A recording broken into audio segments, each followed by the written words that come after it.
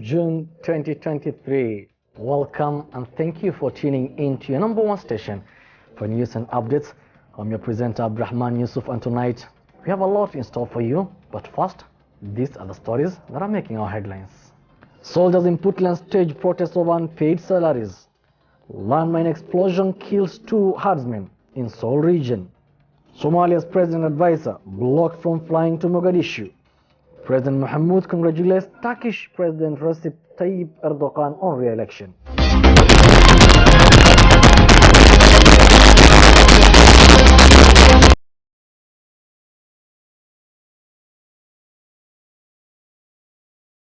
In Puntland regional, state soldiers revolted on Wednesday morning in Garowe, the state's administrative capital, of unpaid wages and allowances.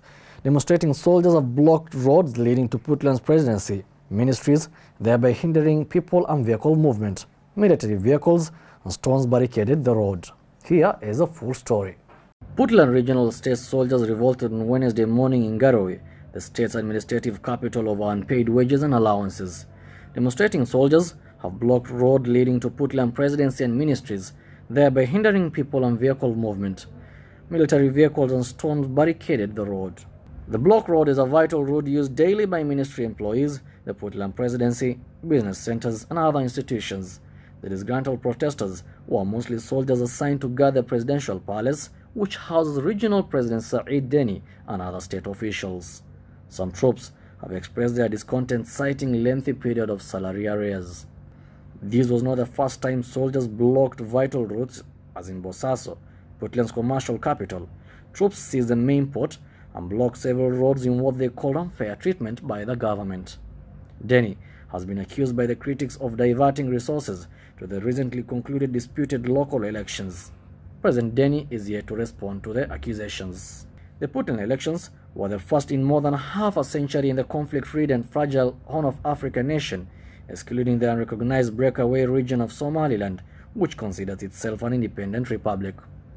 This unfolds as the rift between Puntland state leadership and the central government continues to widen. This was depicted by the recent absence of state leadership in the recently concluded National Consultative Council meeting, where significant and contentious decisions were crafted. The powerful government of the semi-autonomous state of Puntland announced in a statement on Monday, January 9th, that is now acting as an independent government. Tensions have been growing in recent months between Mogadishu and Puntland over the distribution of political, judicial, security powers, the use of ports of Bosaso, Berbera and natural resources, and the right to enter into foreign partnerships, especially for oil development. President Hassan Sheikh Mohamud has denied allegations of a growing rift between the federal government of Somalia and federal member states during a recent town hall meeting where the president fielded questions from journalists and members of the public. A landmine explosion in Sihaule Valley in Seoul region of Somalia has killed at least 2 herdsmen and injured several others. The incident occurred on Wednesday and raised tensions between the self-proclaimed state of Somaliland and local militias associated with the Dulbahante clan of northern Somalia. A landmine explosion in the Sihaule Valley in the Seoul region of Somalia has killed at least 2 herdsmen and injured several others. The incident occurred on Wednesday and has raised tensions between the self-proclaimed state of Somaliland and local militias associated with the Dulbahante clan in northern Somalia. The 33-member SSC Elders Committee spokesman Abdirizak Mohammed Hassan has accused the Somaliland army of planting the landmine to target the SSC Khartoum forces. Ongoing clashes between the self-proclaimed state of Somaliland and local militias associated with the Dulbahante clan have been escalating since February 6th, leading to a deteriorating situation in Las Anod. The hospitals in Las Anod have reported a staggering death toll of 299, leaving 113 individuals injured and displacing over 200,000 since the start of the conflict. Falalug has reiterated allegations of human rights violations by the Somaliland forces, advising individuals to be vigilant while traveling in the region's road. The situation in the region is becoming increasingly dangerous, and civilians are at risk of harm. The situation in Somalia remains tense, with political and security challenges facing the country. The recent landmine explosion and ongoing clashes highlight the fragility of the region and the need for a peaceful resolution to the conflict. Tensions were high at the Garowe International Airport in Puntland on Wednesday as authorities stopped Somali President Advisor for Trade and Investment Qadar Abdurrahman Farole from boarding a flight to Mogadishu. Qadar, who's also the son of a former Puntland leader, was believed to be headed to the capital to attend crucial government meetings. Tensions were high at Garowe Airport in Puntland on Wednesday as authorities stopped Somali President's Advisor for Trade and Investment Qadar Abdurrahman Farole from boarding a flight to Mogadishu. Qadar, who is also the son of a former Puntland leader, was believed to be headed to the capital to attend a crucial government meetings. The move by authorities came just days after a regional prosecutor issued an arrest warrant for 4 politicians, including Qadar, over allegations that they had instigated violence aimed at disrupting a controversial vote. The accusations center around the recently concluded election process in Galmudug State, which some claim was marred by irregularities and vote tampering.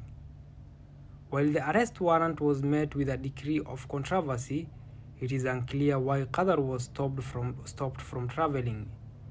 There have been reports of clashes between supporters of the politician and Puntland security forces stationed at the airport.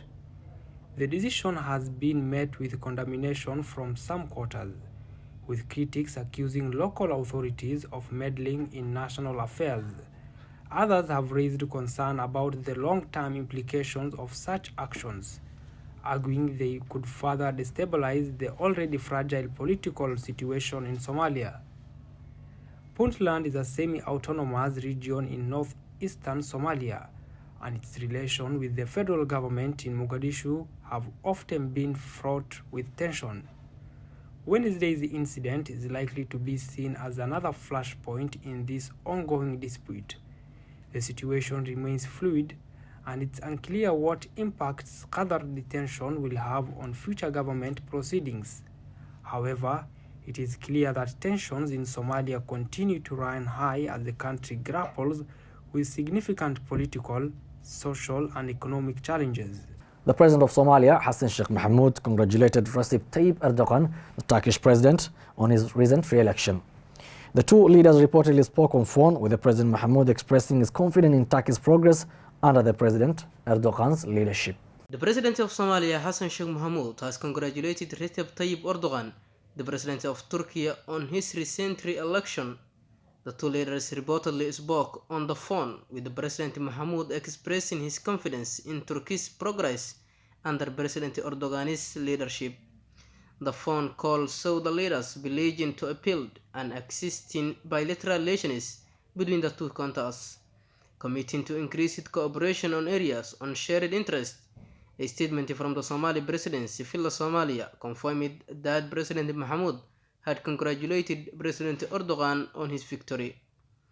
Turkish President Recep Tayyip Erdogan secured his third term in office over the weekend after winning Turkish President Recep Tayyip Erdogan secured his third term in office over the weekend after winning Turkish presidential election with over 50% of the total votes.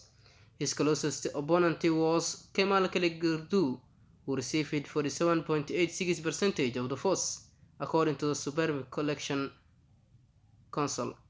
Erdogan's victory extends his rule into the third decade, building on his reports. Erdogan's victory extends his rule into a third decade, building on his efforts to modernize Turkey and boost its economic standing on the world stage. The phone call with the President Mohamud provides an opportunity for Turkey and Somalia to strengthen their existing relations. Turkey has been involved in various development projects in Somalia, including reconstruction efforts and offers of humanitarian assistance. Lovely viewers, thank you for staying put. That's all we are prepared for you tonight. Have yourself a lovely night.